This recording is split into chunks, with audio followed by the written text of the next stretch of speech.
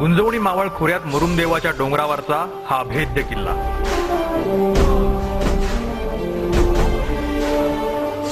शिवछत्रपतींचा सर्वात आवडता गड.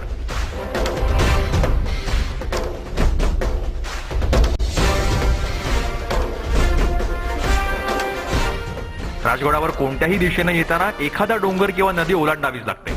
म्हणूनच शिवछत्रपतींनी स्वराज्याची पहिली राजधानी म्हणून राजगडाची निवड केली.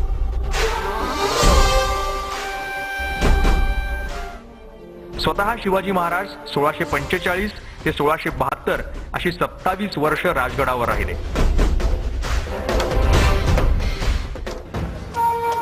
या गडानं स्वराज्याच्या निर्मितीच्या अनेक मोहिमा पाहिल्या.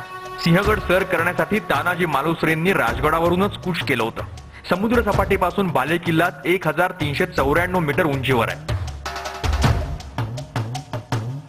महाराष्ट्रातलं 3ऱ्या क्रमांकाचं हे उंच ठिकाण आजही राजगडावर चढल्यानंतर हमखास पायाला गोळे येतात.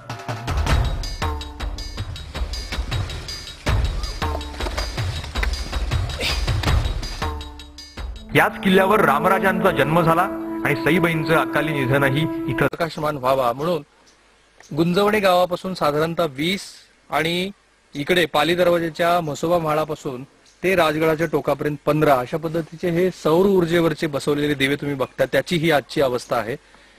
या प्रत्येक दिव्याची किंमत साधारणतः बॅटरी आणि वरचे सौर पॅनल मिळून आणि ते दिवे मिळून 35 ते 40 हजाराच्या दरम्यान होती. आज फक्त 2 वर्षामध्ये यातला एकही दिवा इथे शिल्लक नाहीये. बॅटऱ्या चोरीला गेलेल्या आहेत, दिवे चोरीला गेलेले आहेत आणि पॅनलची अत्यंत दुरावस्था आहे.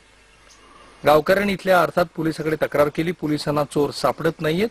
ही अवस्था आहे त्या स्वराज्याच्या पहिल्या राजधानीची की जी महाराष्ट्राची अस्मिता आहे.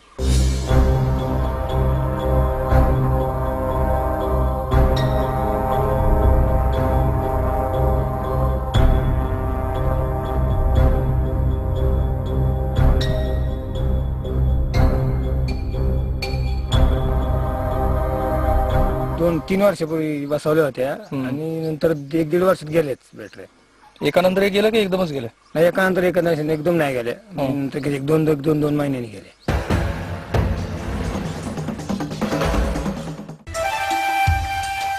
तीरापासून पायऱ्यांनी वर जाताना उजवीकडे राजवाड्याचे काही अवशेष आढळतात. राजवाड्यात एक तलाव सुद्धा आहे. राजवाड्यापासून थोडं पुढे गेल्यावर अंबरखाना आढळतो. अंबरखान्यापुढे सदर आहे. सदरेच्या समोर दारू कोठार आहे. पूर्वी या सदरेत ओटीच्या कडेस मधल्या खणात एक जुना गालिचा आणि त्यावर लोट ठेवलेला असे. अनेक इतिहास तज्ञांचं मत असं आहे की ही सदर नसून तट सरनोबतांचं घर आहे. इथून थोडं वर आलं की एक तिठा आहे. त्यातील एक रस्ता सरळ बालेकिल्ल्याकडे जातो, एक डावीकडून सुवेळा माचीकडे जातो आणि तिसरा उजवीकडे संजीवनी माचीला जातो. चिलखती बुरुज आणि इथली चिलखती तटबंदी ही या गडाच्या दोन्ही माचांची वैशिष्ट्ये आहेत.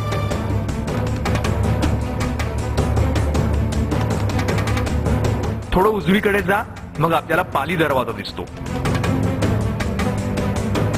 गुंजवणे गावाकडून येणाऱ्या चोर दरवाजांना किल्ला चढण्याची हिंमत आजही फार कमी पर्यटक करतात. बालेकिल्ल्यावर जाण्यासाठी बालेकिल्ल्यालाच वळसा घालून एका ठिकाणी थोडीशी अवघड आणि उभी चढण चढावी लागते. आपल्यासारखे कर्मदरिद्री आपणच म्हणायला हवेत, कारण ही शिवकालीन कालखंडातली कचेरी आहे की जिथे महाराज बसत असतील. आणि त्या कचेरीची आजची अवस्था बघा काय आहे.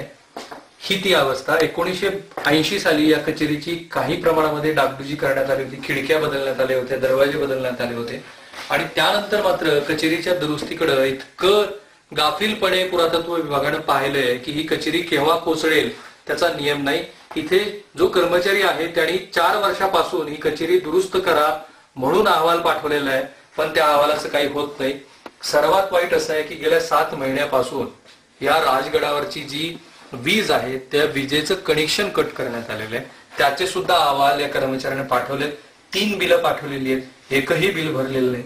म्हणजे स्वराज्यातली पहिली राजधानी संपूर्णपणे अंधारात आहे. महाराष्ट्राचं दुर्दैव आहे.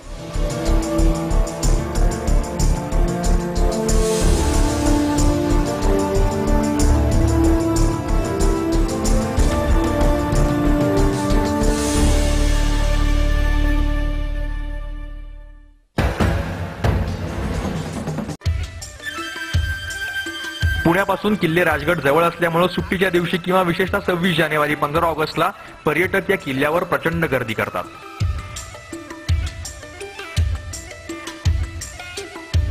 पावसाळ्यात गडावरून दिसणारं दृश्य फार नयनरम्य असतं.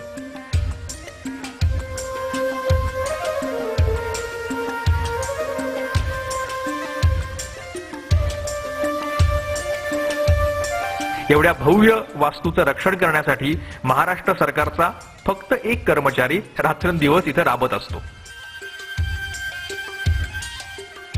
त्यामुळे गडाची हानी करणाऱ्या पर्यटकांना रोखताना तारांबळ उडते.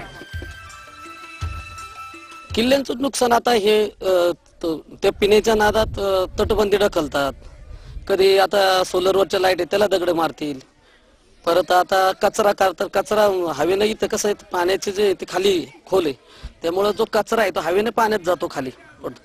तर ते ऐकत नाहीत. ते रात्रीचे कधी येतात बाटल्या प्यायला ज्या बिस्लरीच्या बाटल्या आणतात त्या बी टाकून जातात. प्लास्टिक कचरा पेटी आहे पुढं इथं पिशव्या बांधलेल्या असतात ते टाकत नाहीत. काय वेळेला आता रात्रभर काय आपण जागा राहू शकत नाही. आपण दारूच्या बाटल्या असतात आणि ह्याचे प्लास्टिकच्या पिशव्या आणि आणणारे प्लास्टिक कचरा सगळा असाच टाकून जातात. त्यामुळे हे पिण्याच्या पाण्यात जातं ना इथं खाली.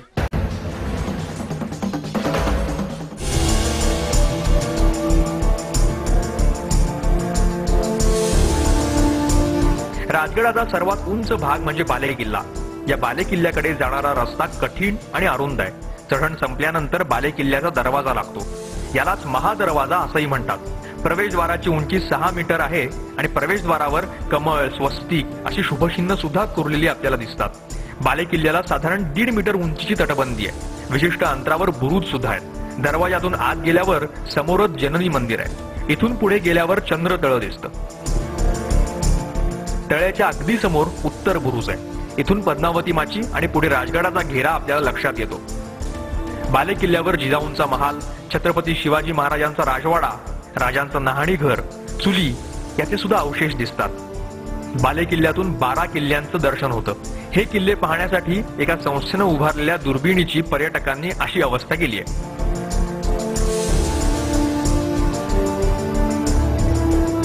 राजगड किल्ला संपूर्ण पाहण्यासाठी किमान 2 दिवस लागतात.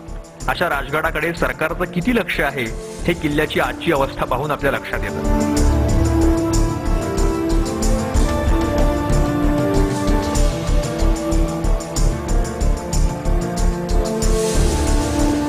अरबी समुद्रात शिवस्मारक उभारण्याची घोषणा करणाऱ्या आपल्या सरकारला हे गडकोट का दिसत नाहीत?